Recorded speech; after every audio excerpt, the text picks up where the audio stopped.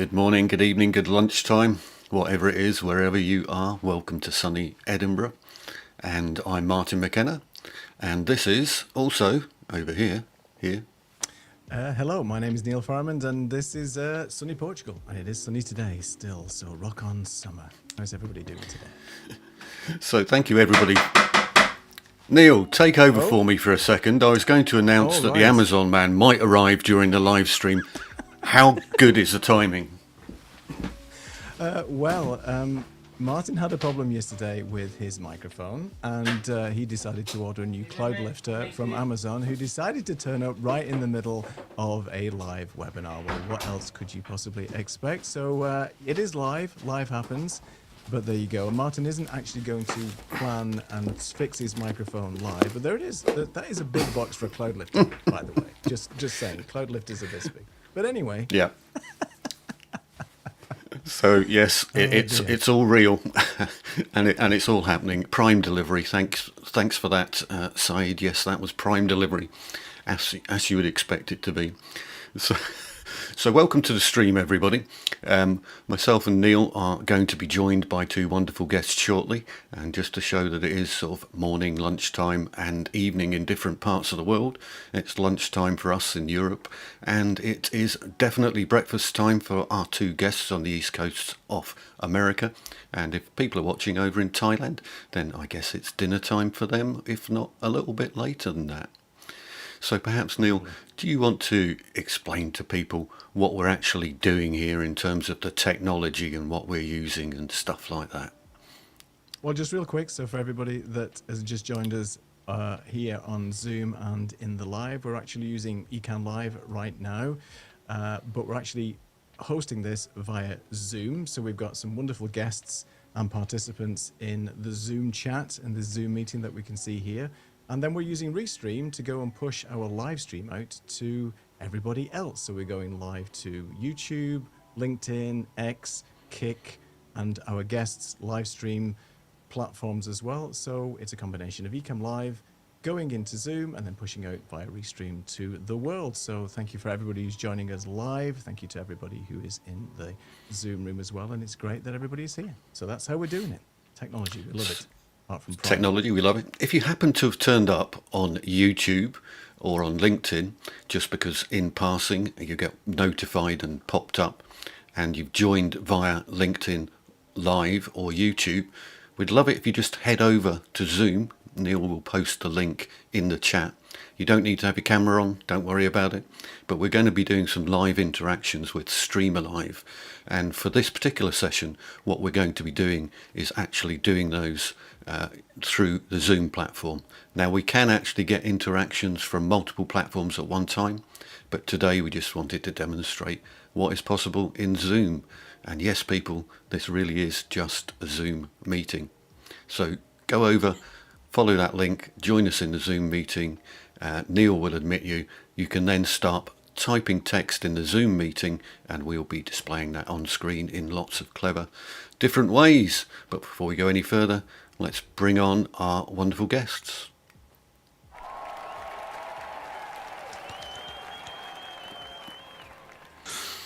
Hello. Okay. Hello, guys. How are you doing? I know it's early in the morning. It's sort of 8 a.m. and everybody's still looking smiley and bright, which is fairly amazing. I'm not sure I do at that time in the morning. But Katie, do you want to introduce yourself to everybody, just in case anybody doesn't know who you are? Hi everyone, I'm Katie Fox. I'm the Director of Marketing at Ecamm. As the team was saying here, we make a live streaming and video production software for Mac users. And I'm coming to you from about an hour north of Boston. It's also sunny here, which is pretty impressive for us, but a little bit cooler probably than a lot of other places around the world. But super excited to be here. I'm going to go a little bit more into who I am coming up soon, so I don't want to give too much away. And Lux, don't give up too much either, because you've got a half an hour session to run. Yeah, exactly. Lux, hold on to that bio. hold on to the key words. Yeah, Katie, I just realized we're kind of matching mic and shirts and sweaters. You got purple on purple. I got black on black. I mean, I'm going to pretend all this was entirely intentional, but fantastic. So yeah, I'm about what is it, 250 miles southwest of Katy here in New Jersey, also on the east coast of the US. I'm Lakshmanan Narayan, and that's pronounced in 18 different ways here in the States. Most friends call me Lux. I'm a co-founder and the CEO of Streamalive, and you're going to see us in action through the session a few times. My passion is making presentations conversational, and I like to think I've been presenting for a living all my life, so maybe this is kind of what I was meant to do. So thank you for having this. That is a great little introduction. We've got loads of people joining us already, so let's just flick over to the comments screen here and give people a little bit of an idea of how we can add things to the broadcast. So Saeed, thank you for joining us all the way from Germany. And we have got Angela joining us. Hello, Angela. Hey, Stephanie. I know you've got a large community yourself, so thanks for joining us. Hope you're going to pick up on a few things today. And Stuart, he's joining us at lunchtime. I knew it would be lunchtime for somebody else as well. So thank you all for joining us. We're going to start off and we are going to do a couple of questions for you. And each time we ask a question, what we need you to do is to type into the Zoom chat either some text, if it's a text-based question, or the numbers 1, 2, 3 or 4, but we'll talk you through those as we come along. So let us move on to the next scene. And this is the question which Katie has for you, which is, what do you think of? When you think of community, what is the first word that comes to mind? So what we want you to do in the chat is just type in the first word that comes to mind when you think of community. And what I will now do is flick to our next scene. And I'm going to look at some of the things which are coming in. And we got loads coming in. So fun. Stream Alive is so fun. So these are all being generated by Stream Alive. So anything anyone's typing into the chat is being dropped into here. So here's Phil saying connections, and I can see all of these coming in as we're going through, and we can see all of that engagement coming through directly from Stream Alive. So I'm just going to move straight on from that question where we got shared interest, we've got connections, we've got sharing, we've got fun, we've got all sorts of things. Connecting seems to be a big theme, but I'm going to flick on to Katie here to let her start off with a little bit of presenting, where every now and again she'll say, another question please, and then I have to flick on to the next question area. Over to you, Katie.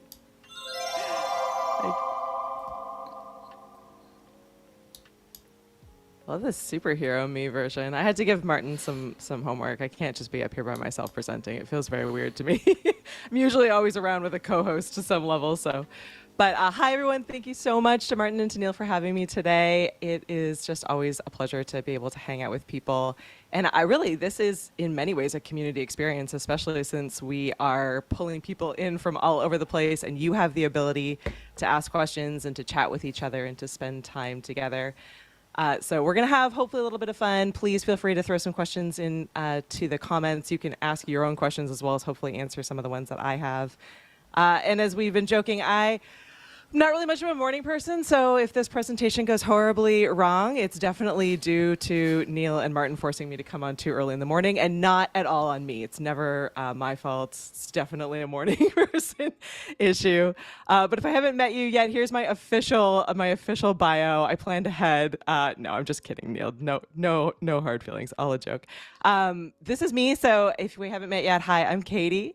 I'm a dual citizen. I have 9 chickens and 3 ducks, a super old house that's likely haunted, a 1990s, 80s, 70s, all the retro time period movie review podcast with my best friend that we're going to talk about a little bit today.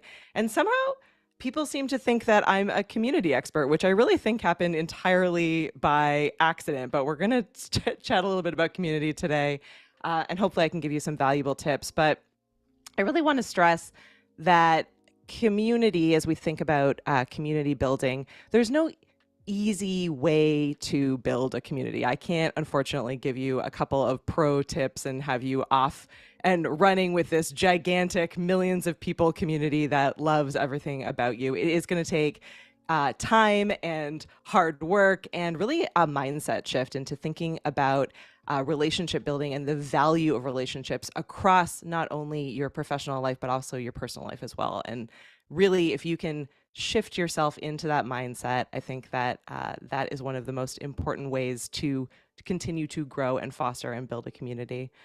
All right, so I want to talk a little bit about the eCam fam, which is the community that I'm most associated with, and that is how I ended up here on this stream. Neil and Martin are both members of the community. Lux is a member of the community. I see many of our eCam fam hanging out here in the chat, so always great to see people here. And I'm going to celebrate a lot of you today in this talk because honestly, if it was not for the eCam fam in this community, I really wouldn't be here, and I certainly wouldn't have the amount of confidence and capability that I have today. Not that I'm 100% there yet, but really it is due to community that I'm able to kind of have this much fun in my job and be able to help people and to spend time like this. So the eCam fam, I want to say right off the bat, though, you see here in this picture, I guess it's probably a little bit small for us early morning people, but there's over 20,000 people that are sitting here in this Facebook group. And that's not even our entire community. That's just the folks that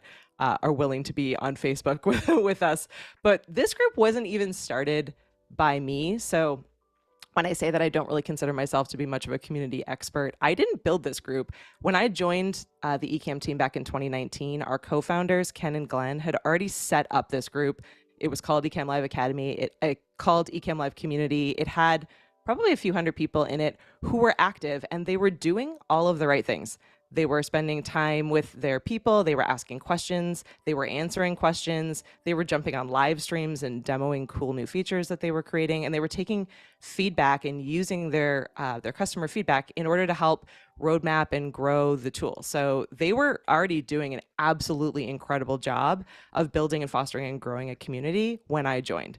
So when I stepped in, I had the pleasure of being able to come into an existing community and spend some time just listening. And what's really cool about this, whether you're building a community from the ground up or you're like me and you're stepping into a space where there are existing customers or you have an existing community, one of the most important things that you can do right from the start is to listen and is to spend time in this space and just get to know people the same way you would, you know, on your first day of school, on your first day of work, when in your real life, as you're wandering around and meeting and getting to know people, you want to be able to listen and hear what they're saying, find those common threads, spend time with people. So that's what I did here in the eCam community. I listened to what their challenges were, their pain points. I was learning a lot about video production and live streaming as well. So hearing and seeing what they were doing was really exciting to me. And I spent time getting to know a lot of people. One of the people that I became really good friends with right from the start is a woman named Diana Gladney. This is her. If you don't know Diana, she is an absolutely incredible content creator, video professional, just all around, just amazing, amazing person. And what I noticed in spending time in the community is that people like Diana, who have a heart for giving and really want to get to know people better and had a level of expertise, she was starting to not only ask questions in the community and, you know, and chat with people, but she was giving back in our community space. So she was spending a bunch of time. She herself has a pretty large community. She is, you know, she is a player in this space. And she was sharing helpful tips and tricks and all kinds of things that was really beneficial for the community space. And so she came to me and she said, "Hey, Katie, I would really actually love to be able to give back even more in the community. Would you be up for partnering and maybe doing some kind of cool content for the eCam fam, for your community group?" And I was like, yeah, absolutely. Let's work together on this. And so in 2020, August 2020, 5 years ago, which still blows my mind, we did a takeover. So I handed over the reins of the community that I was growing and spending time in to Diana, and she created all kinds of incredible content. This is a screenshot of a video introduction that she did. She did training, she did live streams where she did giveaways for everyone. We provided all kinds of fun gifts and prizes and things. And so what this did was it allowed our community to get to know Diana a bit better, but to also spend time with each other in the chat in the same way that we are spending time here today, right? So I can see Saeed's comment. He says there's a fine line between a community and a cult. We probably walk that line here at in the Ecamm fam. And Saeed's comment is so true. It's like it really, unfortunately, there's not an easy way to do it, right? So I had to come into this space, I had to spend time, and I had to get to know people. But the cool thing is I found those people who were willing to also help me create and foster community. And these people are going to exist regardless of where you have your community, how you're building and growing your community. So spending time in that space and then finding those people that want to go above and beyond, the Neils and Martins of the world, the Dianas of the world, is super incredibly important, right? So so I spent a lot of time with her. I got to know a lot more about our community by being active in the chat as a community member while she took the reins. And then at the same time, what was also happening was I was trying my best to get a lot more comfortable on camera and in this live streaming space. So I had accepted this job and I knew nothing about live streaming, and I had to go live, which was really intimidating and really scary for me. And what I noticed was the first few live streams that I was on, because I had spent that time in the community and because I had let our community know about them, the community members started showing up in the chat of the live stream. And they weren't just there to hear the content and to ask questions. They were there because they knew that I was nervous. I had admitted that in the community space that I was nervous about doing it. And so they were there cheering me on. So people like Diana, people like my now good friend and moderator, Paul Duncan. There were people who were in the chat that weren't just saying like, you know, oh, this is really great content. I'm happy to ask questions and learn. They were like, you've got this, Katie. Oh, so good to see you today. Love hearing you laugh. You've got this. You look amazing. Everything is great. They were cheerleaders in the chat, right? So my community members paid it back to me because I had been vulnerable and I had spent time in the space and I had gotten to know them and we had formed connections, right? So I think many of us start building businesses or live streaming or podcasts or any of these pieces of content, and we think about the broadcast. We think about, and I don't just mean like the video broadcast like what we're doing right now, but we think about just kind of the one-way conversation. Like, you know, this is the service I'm selling, this is the product I'm selling, this is the business I'm building, and we don't think about the community and the two-way conversation that's back. And so it's, you know, we're hoping that someone is just going to listen and buy our product and buy our service, but that's not really where the magic happens. The magic happens in spending those moments together. So I want to tell you a little bit about my personal podcast. So 100 episodes ago, as of last night, I started this just for fun podcast, and I started with my best friend, and the goal of this, in addition to just having fun and spending time together, was to be able to learn more about how the podcasting process works and spend time with friends and push all the buttons in Ecamm and learn more about YouTube, all of it, kind of a learning experience and a fun experience. This image here is from our very first episode, 100 episodes ago. And I was like, you know what, we'll live stream this show. We'll live stream it because that's what I keep telling everyone in Ecamm. You need to live stream your show and then you'll just get it done and get it out there. And I was like, you know what, this show is just for me. No one's ever going to listen to this show. No one's ever going to join us live. There's no sense of community here. Ecamm Katie has a community, but like personal Katie just has a few friends and family members, and none of them care about movies the way that I do, other than the person that's co-hosting with me. So this first episode, 0 live viewers, right? So no one showed up live. We just recorded the episode live. We had fun. We went through it. You can see that's me commenting on my own video, right? As Saeed says, VHS is kind of like a hardware version, right, of Netflix. Exactly, right? So no one even knew what we were talking about. No one was showing up. Zero live viewers. And I just continued with the show. I continued on with the concept, but I was chatting about it on my social media, and I was chatting about it with friends, and I was talking about it with with the Ecamm fam and with some different people, because I was really proud of the work that I was doing. And I also kind of wanted some level of accountability. I was like, you know what? I don't want this to just be a project that disappears. I want it to continue on. So flash forward. This is from a more recent episode. Here we have 7 live viewers, which I know to probably a lot of you is like, okay, well, 7 is not a huge community. 7 is really, really small. But these are not only 7 people who showed up live to spend an hour talking about a Goofy movie, but we also had 3 people that were on the show as well. So I'm always bad at pointing. You can see them here, right? So we had Sean, we had Caleb, and we had Josh, and then Nat and I are the hosts of the show, right? So 7. So we went from 0 at the very beginning to 7 live viewers, and these are people that show up week after week after week after week, and they're there for the entire hour, and they're spending time with us. And the value of that is really quite large, right? So these are not just subscribers to my channel. They're not silent viewers. These are 7 loyal fans that know everything about my show, that have become really good friends, that are constantly recommending and talking about me to everyone else. So the people from the Ecamm fam,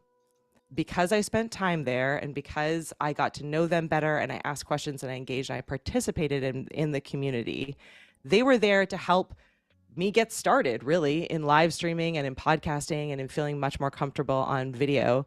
And the more that I rewarded that behavior and spent more time and went deeper with those relationships, the more that those people then rose up and started bringing more people into the community. And so the same happened on my personal podcast. The more that I was talking with people in my community about the show, the more that those 7 people showed up on those live episodes, the more that they were starting to tell other people. And so the community was growing and growing and growing and growing. And it was growing without me really putting in all that much effort, other than being responsive and friendly and just being real publicly, and and being present in the moment of saying what I was passionate about, projects I was working on, and having an interest level in other people, and then and then rewarding and spending time with people who had an interest level in what I was doing. So I want to tell you about one of those 7 people. So if we go back here, pointing. This person here at the top next to the Goofy movie VHS box is Josh. So Josh appeared randomly one day on our show. So Josh is not a member of the Ecamm fam. He found my show, found the VHS Club on YouTube, and he lives in Canada. I also grew up in Canada, so we have kind of that connection point and that in common. He grew up watching all of these movies the same way that Nat and I did. And so he just started chatting. He was showing up live in the comments, and he was chatting with us and asking questions and sharing his experiences. He has a movie review blog, so he posts movie reviews regularly on his blog. And so we ended up having conversations in the chat as we were recording the show. So he would show up, he would ask questions, we would chat about the movie, we'd feature his comments on screen the same way here I can do with Steph's comment, right? I love this. People talk about book clubs, but this is a whole new opportunity, right? So I was sharing and engaging and spending time with him. And then I made my community spaces available, right? So everyone knew that they could ask questions and comments and chat with each other in the live chat, but they also knew that they could jump into my into any of the social media channels and send DMs or comment and connect there. Josh also knew that he could email us directly. And so he sent this email I just wanted to share briefly with you. So he showed up randomly on the show, started asking questions. We chatted back and forth with him. We chatted on social media. And then he sent this email following the Batman episode I did. He said, "Great Batman review. I loved every second of it. The Tim Burton, Joel Schumacher Batman movies from 89 to 97 are his favorite Batman movies," right? So he told me all about it. He told me all about his blog. He shared some links to his blog. I went through and read those blog posts, and then I added those links for, where he was talking about those movies into the show notes of my episode. I emailed him back and I told him about it. And I said, "Hey, thank you. I really appreciate that you sent that to me. Here's a t-shirt." So I sent him, our this is our tater tot t-shirt from our podcast.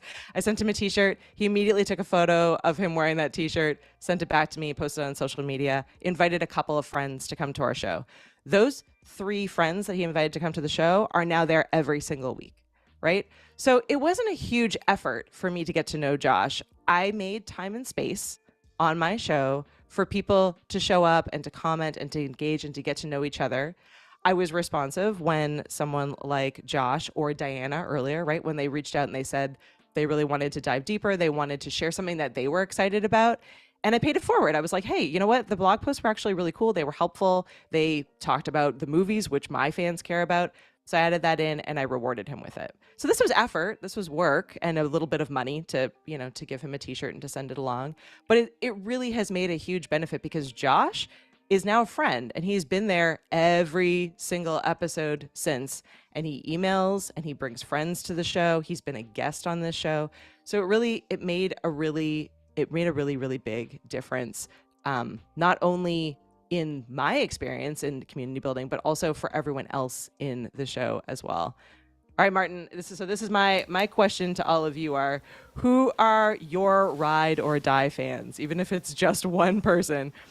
What was crazy to me about this whole experience is that I didn't feel like there was anything special going on necessarily in what I was doing, right? Like, so initially in the ECAM fam community, I was just spending time with people. I was just answering questions and getting to know them. And selfishly, I was also learning from them. I was figuring out what they were doing and all the awesome things that they were up to.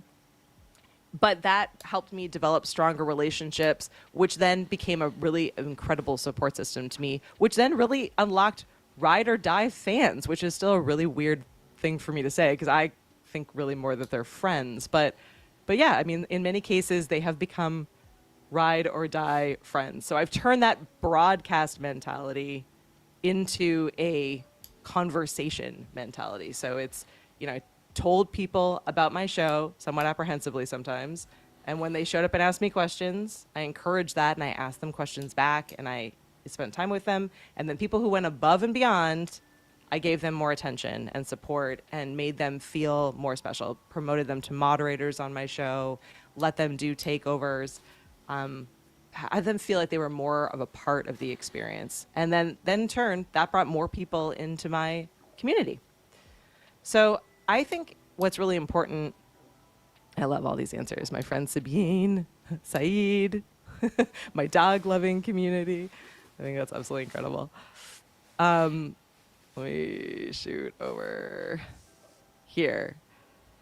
So again, like what you really want to be doing here is thinking about creating those moments for your community. And this could be absolutely like different for each person. So for me, these moments tend to be in the live chat or in experiences like this because I'm predominantly live streaming or podcasting or creating video content. For you, it could be a Facebook group, it could be a circle community, it could be an email newsletter, but creating those moments and letting your community know how they can spend time with you, whether that's watching your show and chatting or emailing back and forth with you or sharing their experiences.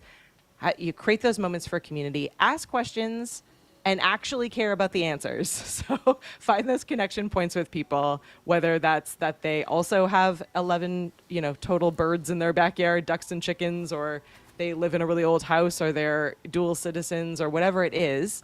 Ask them information about themselves, and then figure out where those connection points are, and celebrate those people who are engaging with you. All right, Martin, I have my next question. Is do you listening and watching have those moments in your content that allow for community? What are those moments? Do you have an email list? Do you engage and ask questions and pay attention to the answers here in the chat? Yeah, Martin's saying comments. Neil's got an email list in a chat. What are those moments where you can spend time and you're willing to spend time and getting to know people better? Saeed says newsletter, chat. It can be both, by the way, too. It is amazing how cool email has gotten lately. I love this. We host social events as well as Q&A and have and have an Ask the Community section in different areas. I love that. Peter says he's got a Slack channel. Yeah, right? So there's all these different places where we can connect with people, and it doesn't necessarily have to be in only one defined space, and it doesn't have to be overly complicated. I think it just needs to be obvious to people. So every time that we're doing our show, we tell people where they can connect with us, right? So on the VHS Club, I'm always like, join our newsletter, find us on social, send us DMs, right? These are the spaces where you can connect with us other than in the live chat. Join us in our live studio audience and ask questions there. For the Ecamm, every live stream I do with Ecamm, every moment that I spend online in the Ecamm world, we're always talking about the Ecamm fam, our community space, ecamm.tv/community. People can jump in and spend time with folks there. All right, so the small communities can create really big results, right? So again, I started really, really small, literally from scratch with my personal podcast, and I did not have big expectations for any of it. But I will say that I have been at it now for a little bit.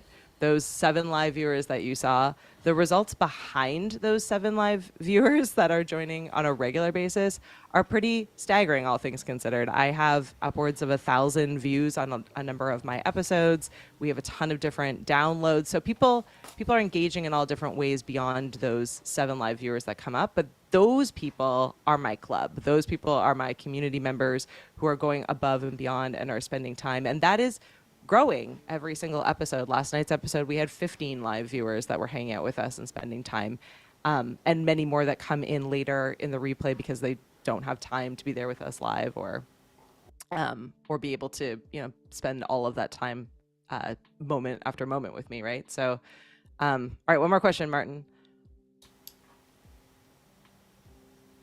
All right, so what's one question that you could ask your audience this week to spark a conversation?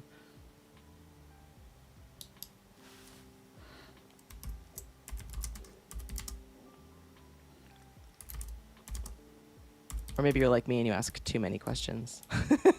All of the questions. All the questions. I like that one, Steph. What should we be doing more of? That's a great one to be able to get like that immediate feedback, especially if you're in a live chat or a Zoom audience like this. I like, Neil says, do you like cats? So he says, what's the difference between a llama and an alpaca? Where would you rather be today? That is an awesome one. I love that one. Where would you rather be today? That's what's crazy about it. I think sometimes we forget, we get so caught up in the vanity metrics of a lot of this stuff that you forget, like if you were in real life and you had a room that was, had 100 people in it, that would feel like an insane amount of people. And yet sometimes when we look at those numbers online, we're like, oh, well, only 100 people watch this video.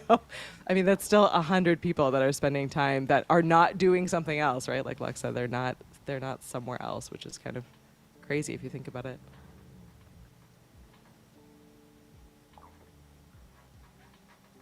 All right, well, I know I'm running out of time, so I'm going to swing on over here. Whoop. All right, so what I really wanted to drive home is that the Ecamm fam, which now is up to 20,000 plus creators that are active in that community group, started with a few people that were just in there sharing tips and spending time with each other. And the reason that that community is so big and the reason that the people within it are so loyal and show up in all of these different streams and follow, each other into the content and the projects that they're working on is that that group has grown through connection, not scale. There has been no focus in that space on doing anything other than helping to connect people and helping make sure that those people feel really, really supported. So start small, or like me, start with nothing and then be able to slowly make changes. A tiny group with consistent connection will eventually become a thriving community if you foster it. So I really do think that if you spend the time, if you create time and space for your community and you let them know about it, if you ask those questions, find those common interests and connect with people, and if you watch for the people in your community who are bubbling up to the top and sharing more and are active more and give them the time and space to do just that, you will inevitably be able to grow a really incredible community. And it doesn't really matter, honestly, what the size of them is, because the power of those connections goes a lot deeper than just those vanity metric numbers. So you have got this. Steph says 20,000 goals, right? But honestly, like, each one of those people has an army of people behind them. So even the smaller numbers really do have a much higher impact than I think any of us realize. I love it. What's your favorite biscuit? What is your favorite biscuit, Steph? I would love to know that. That's awesome. Well, that's it for me on community. Thanks so much for giving me the time, both of you. I appreciate it.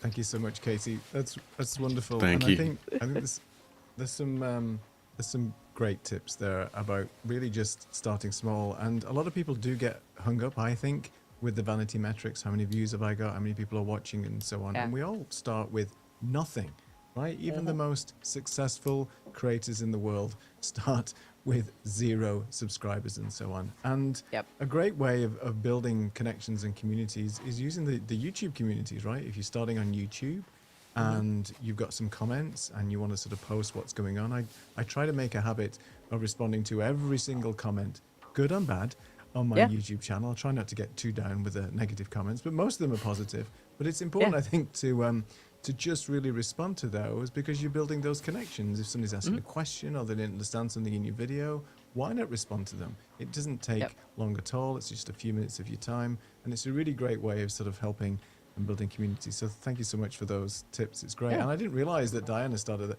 you worked with her originally. That's a great sort of backstory there, because I had no idea how the Ecamm fam started as well. So thanks for sharing that. Yeah, of course. And I loved all the interactions that we've got going here. But I think one of the main things about the Yeah. Ecamm fam is that everybody's always open and available. So if you drop something into the group, somebody will answer almost immediately the question that you have. And they are 99% of them are all lovely. And you have moderators to get rid of the ones that aren't. So it's all good. I grew up in this really small town in northern Ontario. Well, not fully grew up, but I lived for a while in this small town. And their sign, their like population sign, I forget the total amount. It was something like, 10,000 really great people and 1 old grump. So that's the Ecamm community. 20,000 really lovely people and 1 not so much. We're not going to name any names today, obviously. We're not going to name any names. No, exactly. But we'll leave it at that. Yeah, exactly. If you've got any questions, by the way, people who are watching live, people in the Zoom room, ask those questions now for Katie. We can come back to them as and when, but you've asked a few as we've been going along. But I really like those questions and love the interactions on Streamer Live. It's just looking so magnificent. So that's great. So next up, you thought you weren't going to be able to talk for 30 minutes straight, Katie, and you aced it. So No Perfect. problem at all. with space You to can have a coffee spare, now. you can have a coffee now.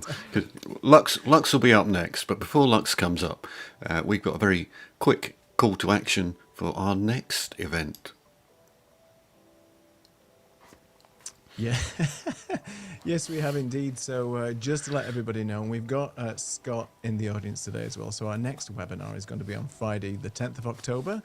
And our guest presenters will be Scott Skeeble and Charlie Hills. And they're going to be discussing why you should be making LinkedIn video an integral part of your social media strategy. So both Scott and Charlie are LinkedIn gurus, so you don't want to miss this. And we've been talking about LinkedIn before as well, about going live and how it's a little bit different. But, I think LinkedIn should be part of your social media strategy, especially if you're a professional in this space and want to get more followers and build that community. Because at the end of the day, LinkedIn is one of the oldest social networks out there, has over 1 billion users. So come and join us on the 10th of October. It's free. We like free. It's at the same time, so those poor people are going to have to get up early and present. But that's fine. That's how we roll here in Europe for now. So come and join us on the 10th of October, and I'll post the link in the description and so on as we go along. So that's what we've got going on the 10th of October.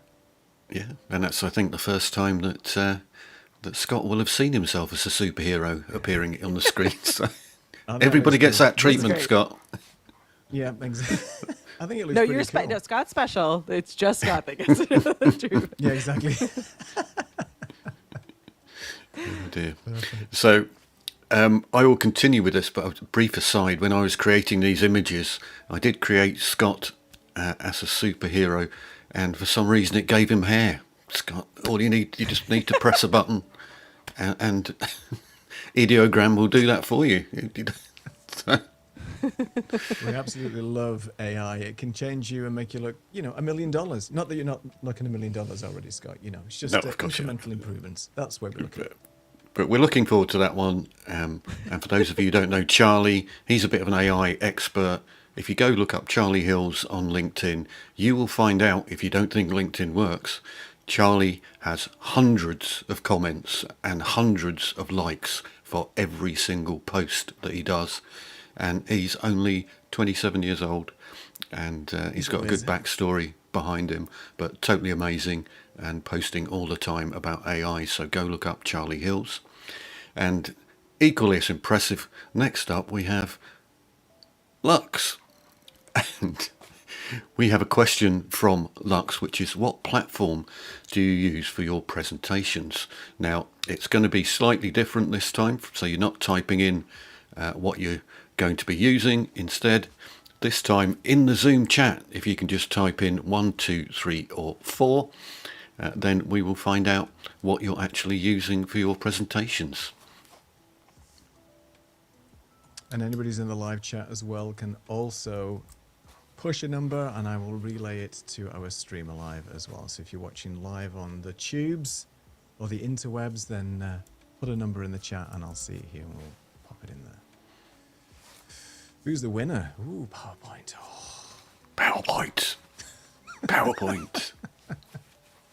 You can maybe mention that statistic, Martin, about PowerPoint in a second. Or Lux can mention it, but yeah, I will mention it while we're here. So, staggeringly, we've got a lot of Ecamm people watching today, so there'll be a lot of fans of Macs and keynotes, but far more than you would expect in the wider world. In the wider world, 95% of presentations are currently done on PowerPoint. 95. So, let's move that. With that figure in mind, we'll move on to Lux. He's going to possibly mention that a little bit.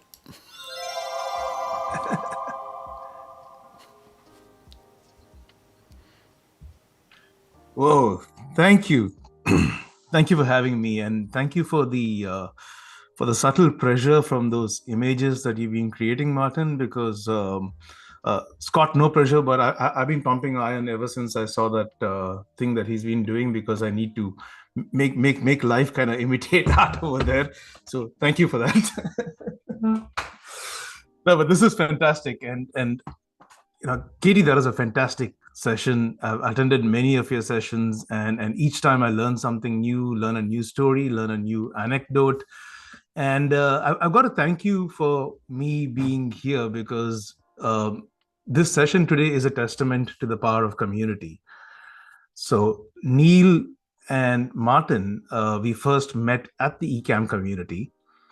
I was trying to get my hands around Ecamm. I just stumbled upon it. One of our Stream Alive users mentioned Ecamm, and that's how I got into using it. Met up with Neil and Martin, who helped me use it in better ways. Tatiana, who I later found lives not too far away from Vidu, actually was kind enough to do a 45-minute session that took us through the basics and everything.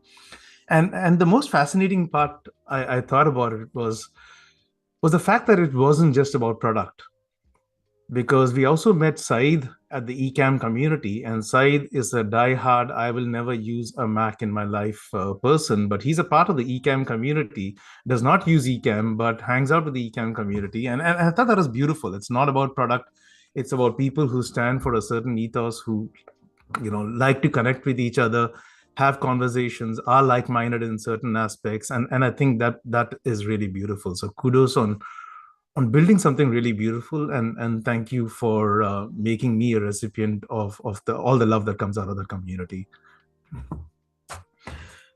So Katie talked a lot about community. She talked a lot about connection, and Neil Martin talked a lot about conversation. which I think is a perfect segue into what we do here at Stream Alive. So what I thought I'd do is talk a little bit about why we built it and what our philosophy is on sessions like this, one to many sessions. End it with a few tips that I think have worked pretty well for me, and hopefully they work well for you as well. So we're kind of going to riff a little bit. We're going to jump between demo and things, and I'm going to test the boundaries of my knowledge of Ecamm and Stream Deck over here. Again, quick shout out. I bought a Stream Deck eons ago. It was gathering dust in the cupboard behind me, and it took a session with Saeed to actually unbox that Stream Deck, start using it, get comfortable with it, and now I'm like, oh gosh, why did I not use it for those 6 months where it was just gathering dust over here? So again, power of community, and thank you so much for that. Hopefully you can see my screen over here, and it should say exactly, and if you can't see my screen, that also says the same thing on my t-shirt, which is really our mantra, which is unmute the audience. And we talked a lot about conversations, and then we talked about presentations and keynote and PowerPoint, and that's really our core focus. How do we turn one-way presentations into conversations, which is fine when it's one or two or three or five people in the room. But what do you do when you have, what do you have over here? More than 10 people in the room, or you have a whole bunch of other folks who you're connecting with. It devolves into a monologue in those cases. And that's really what we want to change. We want to make one to many feel like one to one, right? So we talked about presentation angst, and for those of you who didn't see, when you're talking PowerPoint and everything, Neil was for the first time in the whole session putting his thumbs down, because otherwise he's been thumbs up all through the entire session. So in one word, most presentations are, time to vent. So Neil, give voice to those thumbs down. I'm just going to resume interaction here. So just put a word that describes what in one word is long, absolutely longer than they need to be, boring, dull. Go for it, folks. And if there's a word there that echoes what you already feel, just add more of that. Lots of people who are saying boring, lots of long and longs, which all get combined into one. Unhelpful. That's very, very true. Lacking interaction. Lots of things that presentations are unfortunately magical. Okay, that's an outlier, and that's good, because I do think they are and can be magical. In fact, speaking of magical, this is something I'm reading right now. It's a fascinating book. It's by Robert Gaskins, and it's about it's called Sweating Bullets, for very obvious reasons, and it's about inventing PowerPoint. And it's fascinating. It's become so part of our lives that we've default to it in more often than we should, but I think it's still a very, very fascinating application, right? So yes, all of these things. Reading a book. Sudden malfunction. Oh, camera not working. Okay. So fun fact, it's been 38 years since PowerPoint launched, and ever since then we've been making one-way presentations, right? If you can see that screenshot over there, it actually says Forethought, which a few more fun facts. Forethought was the company that created PowerPoint. And here's a little piece of Silicon Valley trivia for you. The first investors in PowerPoint were Apple. So Apple's first ever venture investment was in PowerPoint, and they made a return on that investment in less than a year because Microsoft acquired it. So how's that for trivia? Apple made its first return on venture investment from Microsoft because Microsoft acquired PowerPoint, and ever since then it's been Microsoft PowerPoint as we know it. But it was an independent company for some time. And Bob Gaskins, who wrote the book I just showed you, was one of the initial authors of PowerPoint. So question in the current avatar of PowerPoint. So, all right, you know the drill. So if you ever used AI to create a presentation, give me a 1 or a yes in the chat. And if you've never done that, please do respond as well. Give me a no over here. So I'm just going to eyeball the names over here. So we've got Steph, we've got Katie, we've got Martin, Neil, Angela, Scott, all of whom have used AI to create a presentation. John hasn't, neither has Vasudha. Said is probably a no for any presentations of any kind, AI or not AI. And my friend and colleague Peter Claridge has not used AI as well. Long subject of conversation within Streamer Live on using AI to create presentations. So it's interesting when you got about a 60-40 split over here, but isn't it fascinating? I mean, all these things that we talk about, like they're commonplace today, are all very, very recent. Whether it's Gamma or PowerPoint with Copilot, or Beautiful, or Canva with all its tools, there's a lot of automation of slide creation that's happening. Yes, it gives us better slides. It gives us prettier slides. It automates design, helps us not have to think about what we want to speak. But if anything, I think it helps us pollute more, because it just helps us create more one-way monologues, right? And presenters, the end result with all of these slides that people are able to create so easily and so quickly and so frictionlessly is unfortunately going to be more and more monologues, more and more presenters going talk in live sessions. And that's really what we think is a sitting opportunity for people to change. And that's our focus here at Streamer Live. I like to think I've been presenting for a living all my life, whether it's a past career in advertising or running startups, or it's presenting in some form or fashion every single day almost, right? And I think there's a beautiful opportunity to use AI in interesting ways, not to create talking points, but to help with listening.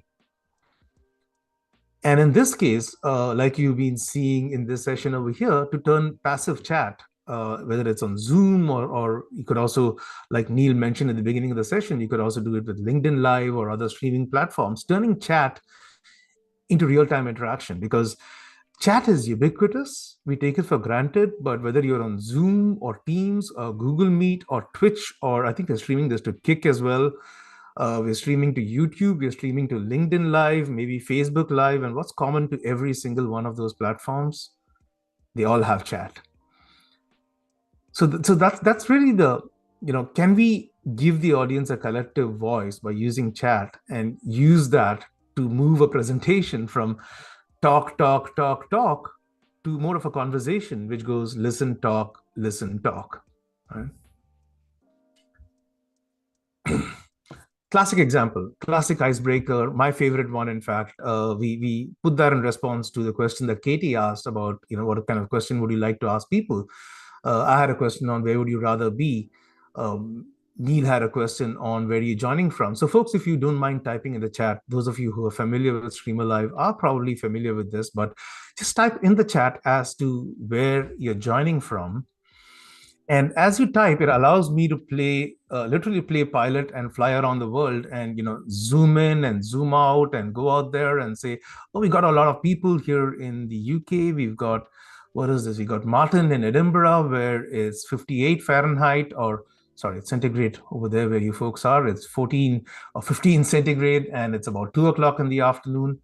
And like Martin was telling us, gin and tonic time, but unlike what it is here in the US, we've got John in Glasgow, where it's a little bit colder than what it is for Martin.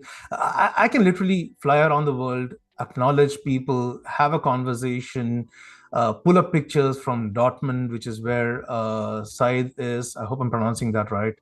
Acknowledge the other people in Europe, Neil in Portugal, before flying across the pond to Katie in Boston, moving to Tina, who's closer here in Jersey, and all the way to Scott, who's going to be doing the session next week and is in Kansas City, and then really having a conversation around where people are joining from, and those very British conversation starters of the weather and what the time is.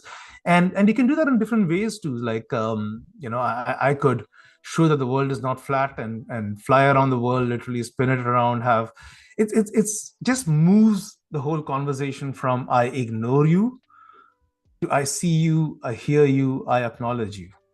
right? Always raining here in the UK. Yes. So for the UK, fun fact, Steph, we don't even pull the live weather. We just put the same weather. We have a screenshot over there. That's a JPEG. We don't pull live weather for UK. We just use the same image over there. Yes.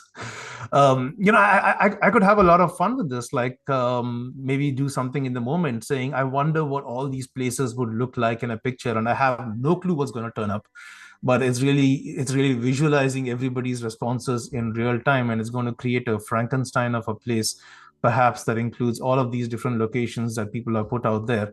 Don't ask me why that represents all the places that we did, but apparently it does. People from all of these locations, and maybe I want to flip it around and put a new image, and I could have just have fun with it, improvise, do something that is going to be unique for this particular session, because it's not going to happen ever again.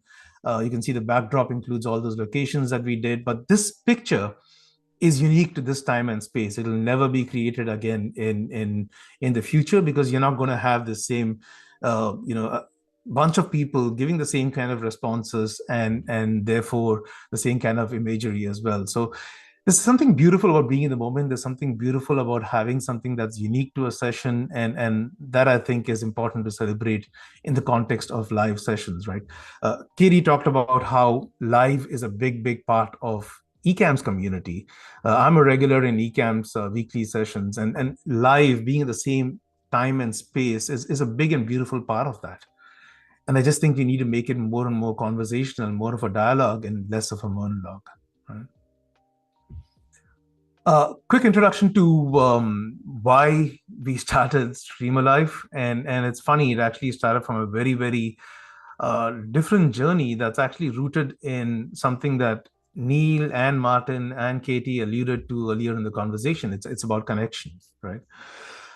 So around the pandemic, for various reasons, was taking a break to deal with a personal family emergency, and used that time to write this book, which was in my head. It's called Name, Place, Animal Thing. Some of you have seen it. Fewer of you have perhaps read it as well. Reason I bring up the book is I didn't know the first thing about writing a book, and those of you who read the book might say I still don't, but that's besides the point. Binged on these 6 online courses that I paid for to learn how to write, edit, and market a book. And these 6 courses were delivered over the course of about 56 live sessions, mostly on Zoom, some of them on YouTube Live, some on Facebook Live, some on Google Meet, class sizes from as little as 11 people to 1,200 people. And one of 3 things would happen. Either the presenter would just go talk. People would wait for the recording and then watch it at 1.5 times the speed, because there's no difference between the live experience and the recorded experience. And therefore they would just wait for it. In the second instance, the presenter would ask a question like I did a little while back. Hey, where's everybody joining from? Put it in the chat, and then say, oh, we got Neil in Portugal, we got Katie in Boston, and would ignore Martin and Saeed and Peter and Steph and Scott and everybody else in the room, which is kind of weird. You don't ask people a question and ignore their answer. But it would be weird if the presenter acknowledged all the 100 people, because they would sound like a geography teacher if they read out 100 different locations in real time, right? So, but people were participating. The chat was on fire. And the third thing that would happen in these sessions is, in my opinion, the most self-sabotaging one, which is you got people in front of their laptops, and then you tell them, hey, I want to make this interactive. I'm eating cereal for breakfast. It's 8 o'clock in the morning here. I'd love to know what you had for breakfast this morning. So everybody pull out your phone, scan this QR code, and I want you to go to this page and type what you had for breakfast. That's a lot of effort. You'll need to unlock your iPhone first. Whoops. You have 2 mobile phones for... My iPhone wants to be unlocked, but you can see there's a lot of pain with trying to pull your phone out in real time, and that's a lot of effort to type the word bagels. And guess what? If you send a person to their phone, good luck with getting them back, because you can't compete with TikTok. You can't compete with what's happening in the news. You can't compete with the latest notification telling them that there's a 15% discount on Domino's pizza that's valid for the next 1 hour, right? So why would you self-sabotage your sessions by sending someone away from the primary screen onto a secondary screen for a live session? And in all those cases, the chat was on fire, which is really why, that for us was a sitting duck of an opportunity, saying, can we stop one-way presentations? by unmuting the audience? And can we unmute an audience of more than 10 people by making the chat stream alive as we've done over here, and therefore the name stream alive, right? So that's kind of a quick introduction to our philosophy on what presentations can be, and more of conversations. Would love to, part of the agenda for today's session was also showing the different interactions, showing things. So I'd love to actually show you a bit of this and actually dive into lessons that we've learned along the way on doing better presentations, right? So I'm going to take you through the platform very, very quickly. It's not going to be a full-fledged demo because that's not the agenda for today, but I would love to just show how we can make any topic literally under the sun fun, interesting, and interactive. And to demo that, I'm going to need your help. So I'd love for all of you to, in a sentence or so, if you were to do a live session next week, right, it would be on. It could be on something as outdated as VHS tapes, not calling out any names over here. It could be on how to have a better presence on LinkedIn.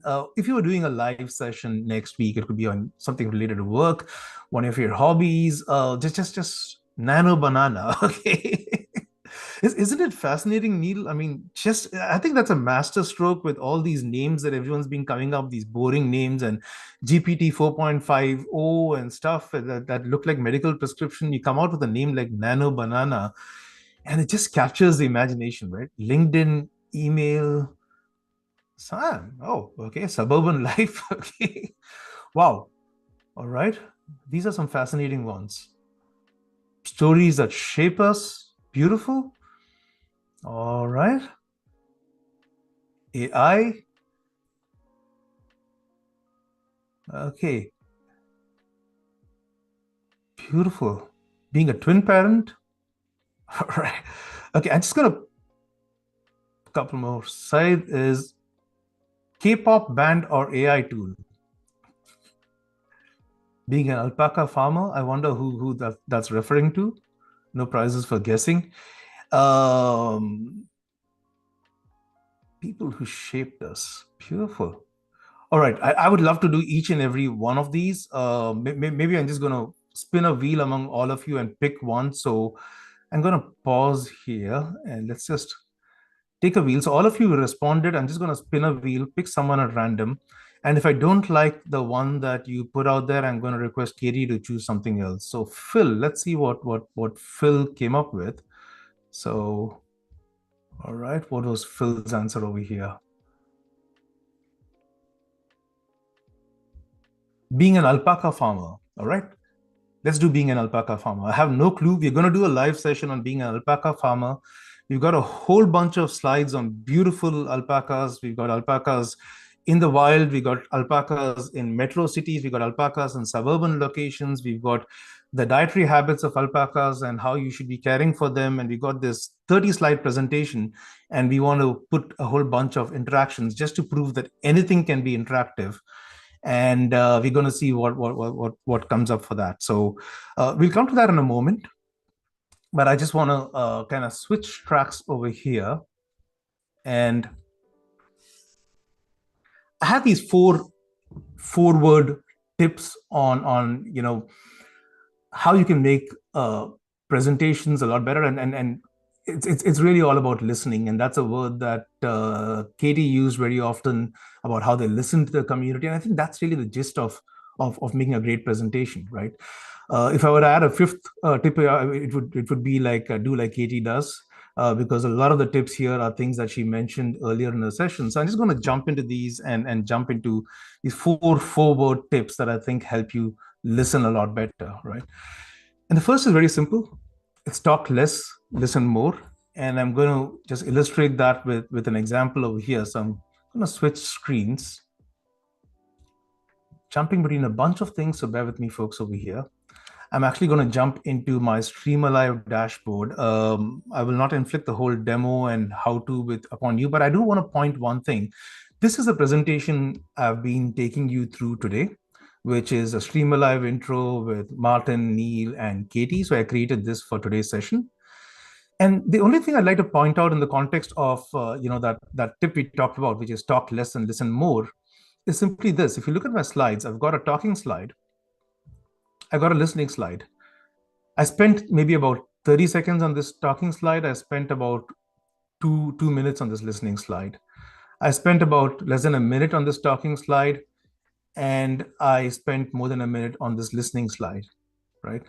You get the gist. The listening slides give you a lot more canvas for conversation, and the trick is really simple. I mean, if I had to figure out how to fill a 30-minute session over here today with Neil and Martin, I just needed to figure out about 10 of those minutes, because the remaining 20 minutes is really you folks helping me out. So it's a very simple thing over here.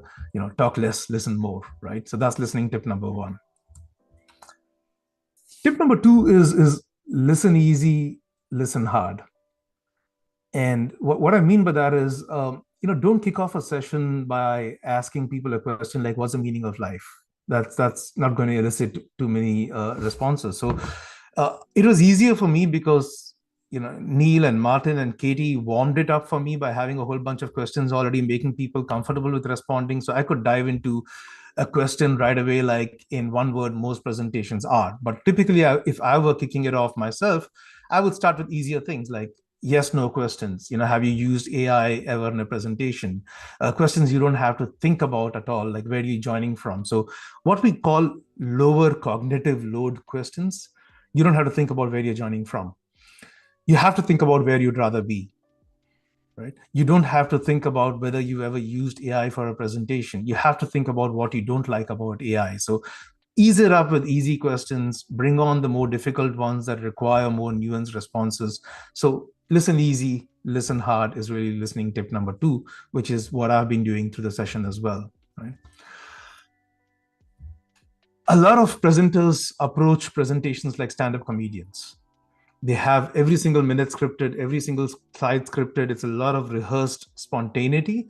I just think we need to be a lot more like improv comedians. Right? And what I mean by that is stuff like that image that we co-created a little while back based on what everybody joined, or random things that you could come up with. I've got a script over here for today's presentation, but I could maybe veer off script, and if I were doing a session like, first of all, call out to Neil and Martin for the beautiful lighting I have in the back and really transforming the space from which I present. There is a lot of room for improvement, but you should have seen what it looked like before. If I were doing a session with Neil and Martin, for example, I might do something like this, like what's something unique on your table, right? The point I'm going with here is this is not a question I planned for. I could just go improv. We could ask people questions. We could have sessions. I could ask you what you're having for breakfast. Just riff with things, go with the flow, have a conversation. Feel free to type something over here, folks, in terms of, if you were asking a question like, hey, what's something unique on a table that is different or something like that, and people put different answers on, giant Lego head. Oh, wow. Okay. Right. It just gives you a canvas to do interesting things, right? Stapler, elbow, and then I can have fun like, oh gosh, I wonder what a table with all of these things would look like. And again, I have no clue what's going to come up, but I could have a lot of fun over here and, look at what comes up. Oh, yes, I see what you have there. Thank you, Neil. Right. And it's creating a unique table. And trust me, this table will never, it has never been created in history, will never be created in the future. It is unique to this time and space. And that, I think, is what is beautiful about being a lot more improv and a lot less stand-up, because you get to create something that is unique, right? So that's really less stand-up, more improv. And the fourth one, which is kind of what we were queuing at, is AI.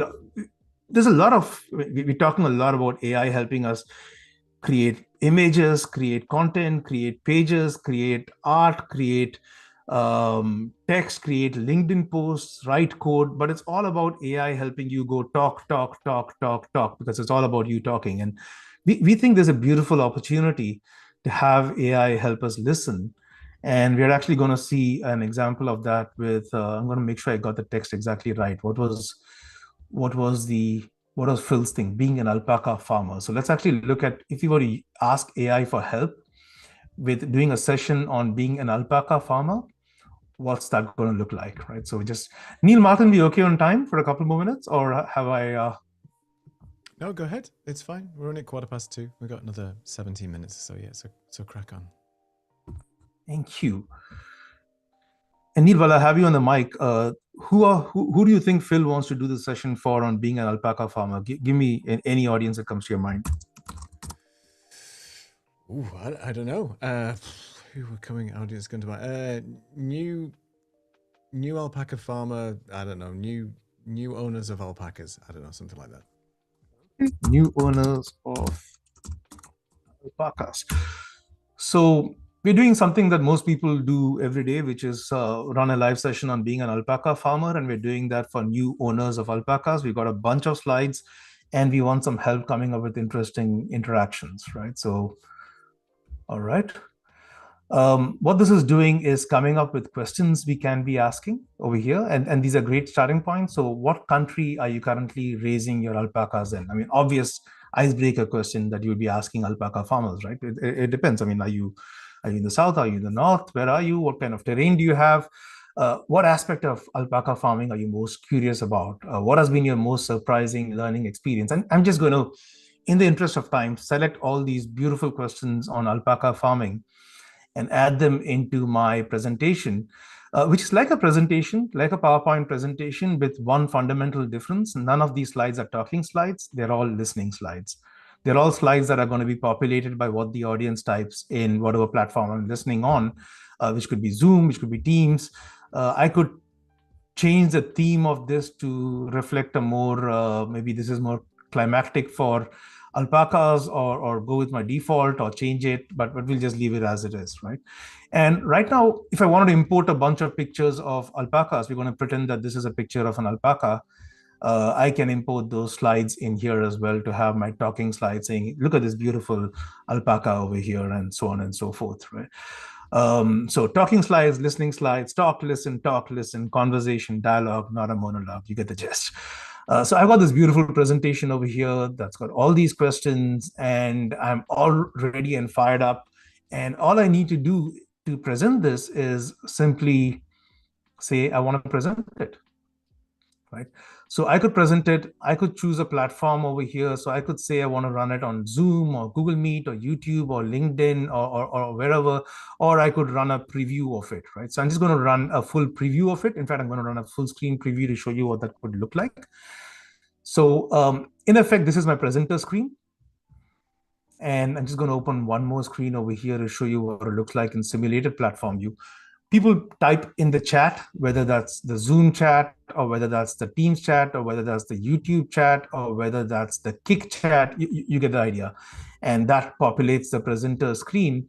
And what shows up in the presenter screen is something like this. As people type, where they're raising their alpacas, it populates my screen and I show that back, and suddenly the whole thing has changed from I ignored you to I see you, I hear you, I acknowledge you, right? So very, very different conversation over here.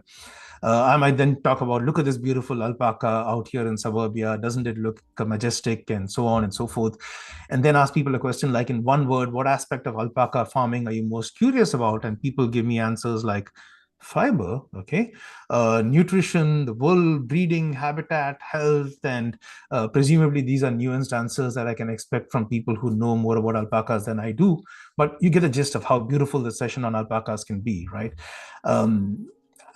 In a sentence or two, what has been your most surprising learning experience since starting with alpacas? And people are giving me this thoughtful, nuanced thing about how alpacas communicate through subtle body language, and how they have a gentle humming. Who'd have thought? Okay.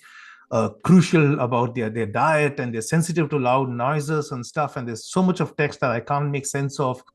So I take a little bit of AI help to summarize everybody's responses. And this, I think, is a big departure from how we do live sessions, because think about it. We usually do live sessions with, hey, raise your hands if you agree, or here's a poll. What do you like, A, B, or C?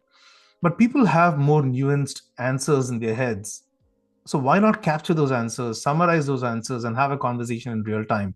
So over here, I could summarize all these amazing alpaca farmers' thoughts on environmental sensitivity, social behavior, fleece and care. I could see what the popular opinion is.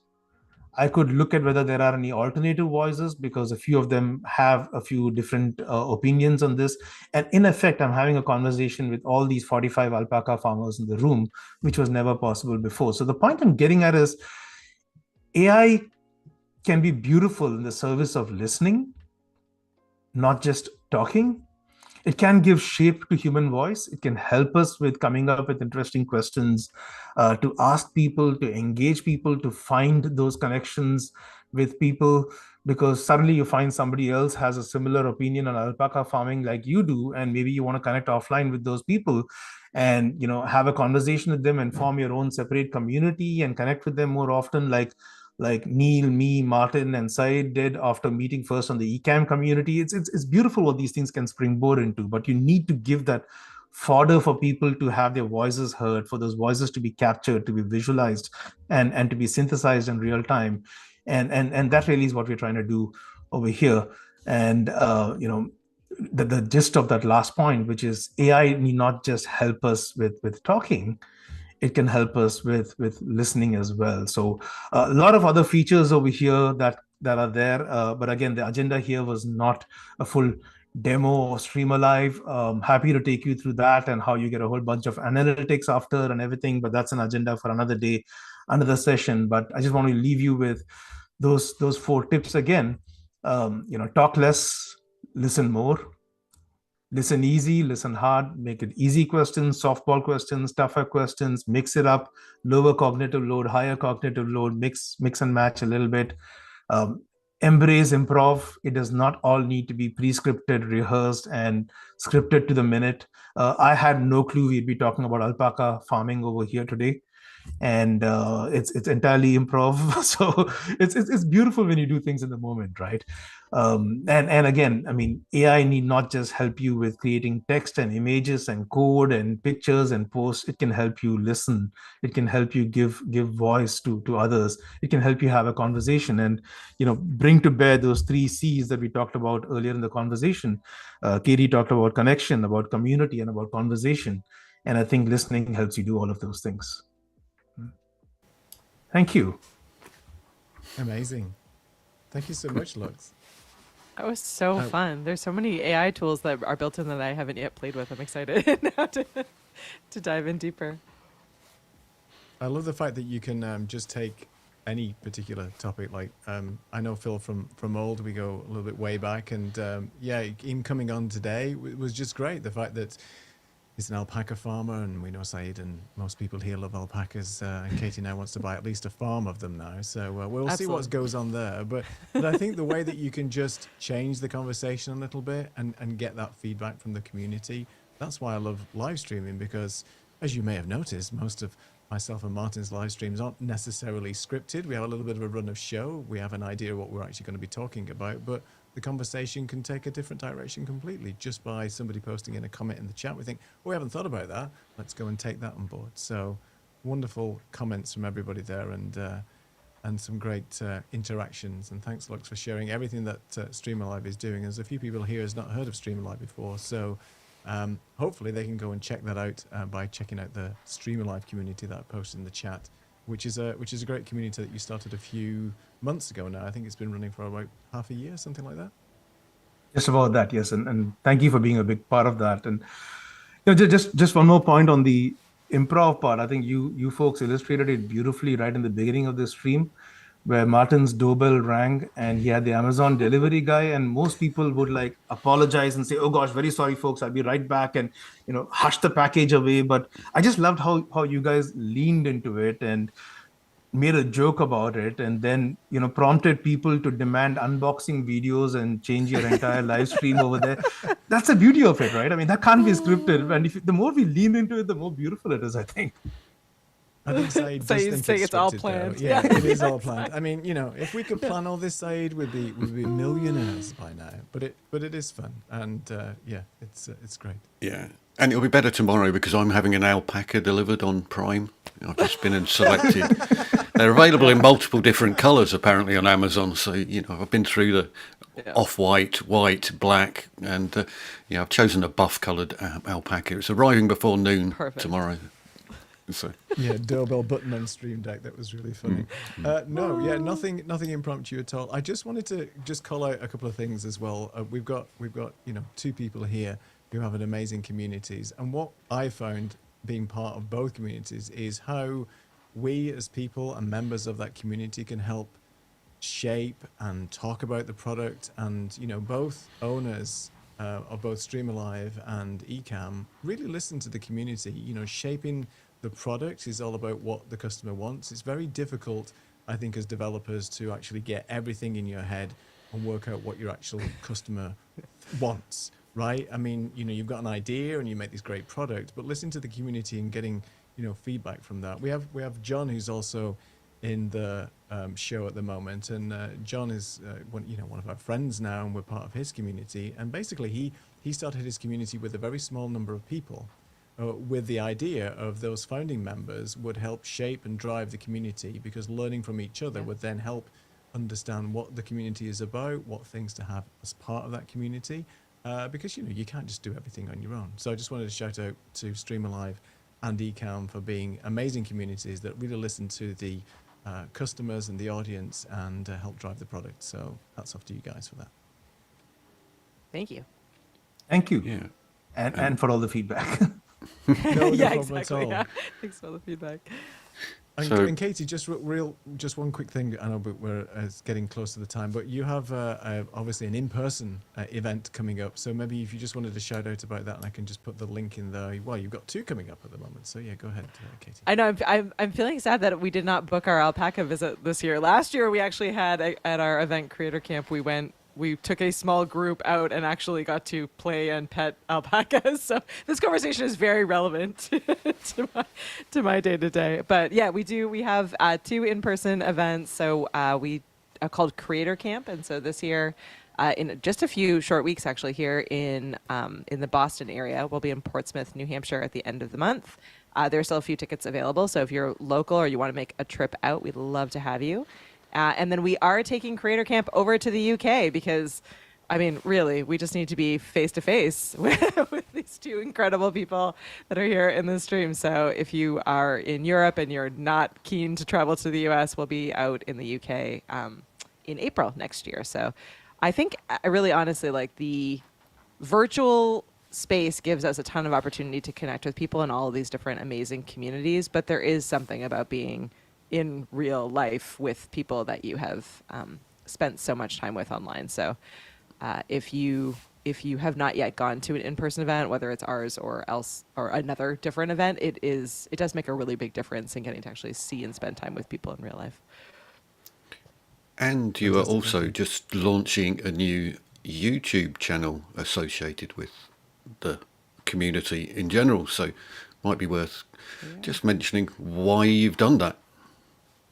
Yeah, absolutely. So, as over the years, the Ecamm community has grown into the Ecamm fam, as we've talked about a bunch. And so they have a name and an identity, and many people, including many people I see here in video and in the chat, are creators themselves and are podcasters and have a high level of expertise. And so the Ecamm fam YouTube channel, which you can find by just searching Ecamm fam, that is dedicated and devoted to videos and content for the fam, by the fam. So the idea is to allow a time and a space and a place for our customers and our community members to be able to spotlight and showcase all of the incredible things that they're learning and help support each other. So we're opening up the space and helping to kind of curate and making it happen, but really it's meant to be a place where all of you can share some of the incredible projects and things that you're working on.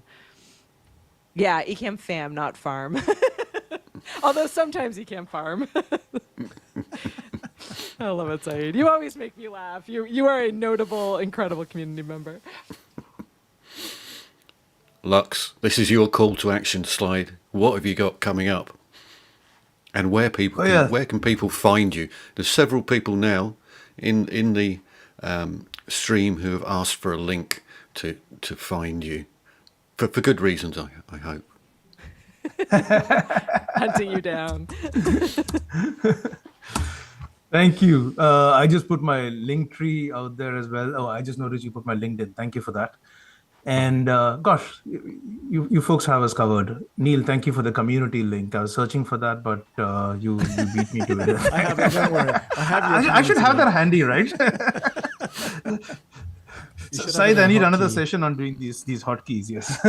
Yeah, Neil's got a Stream Deck and he knows how to use it. He's Exactly. ready to go. Not afraid to use it. Exactly. And he knows how to use it and is not afraid to use it. Are the two key statements over there. Yes. I'm not afraid to use mine anymore, thanks to Syed, but I need to know more things about using it. Yes, streamerlive.com. If you want to take the product for a spin, just use it for free and do all the things that I did. So everything I did on alpacas, you can do yourself with your preferred species, and that can be done live on Streamer Live. Do join our community.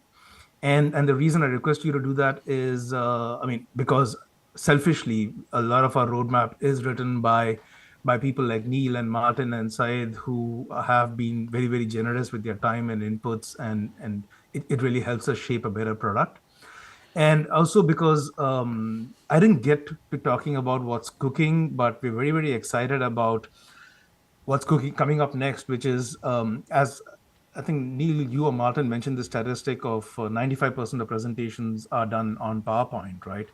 So the number one ask that we've been asked by people is, oh, we love Stream Alive, but the painful part is getting those pictures and slides of alpacas into Stream Alive. Can we get Stream Alive into our existing PowerPoint presentation on alpacas? Right? So that's really what we've been working on very, very hard over the last couple of months. And we will be showing it in public fully from next week, where we're going to be doing 2 webinars a week, one on PowerPoint on Zoom and one on PowerPoint on Microsoft Teams, showing that Microsoft Teams can actually be fun, and showing live sessions where for the first time in its 38-year history, a PowerPoint slide in a presenter would be written live by the audience typing in the Zoom or the Teams chat. So everything you saw here, but authored into a PowerPoint slide. So if you want to join us for those sessions, all the links and latest info is there in our community.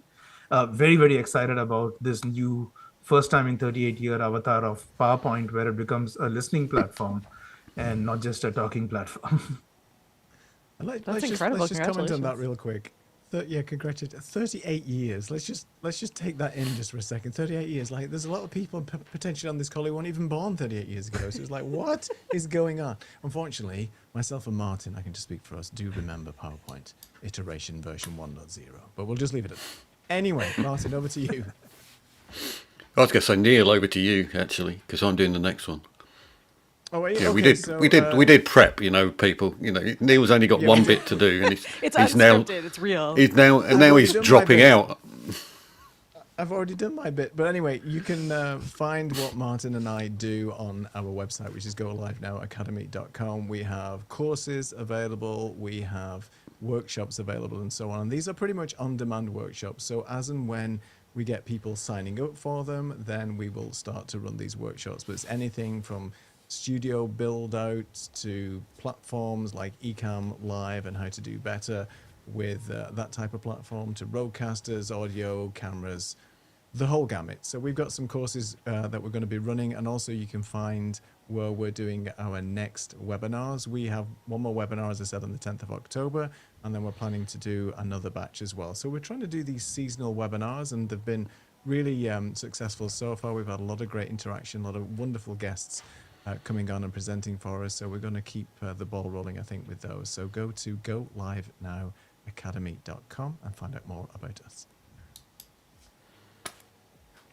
So this is a bit we rehearsed. You did that bit, then I do this bit. So, There you go. See, it's like Right. clockwork, isn't it? It's Like seamless. clockwork, So this. we're improving now. improving. So I've spent a lot of time this week doing some more design work with Ecamm, and I've just relaunched my Stream Profiles site. And Neil's going to drop that link in the comments because he's got his Stream Deck button at the ready.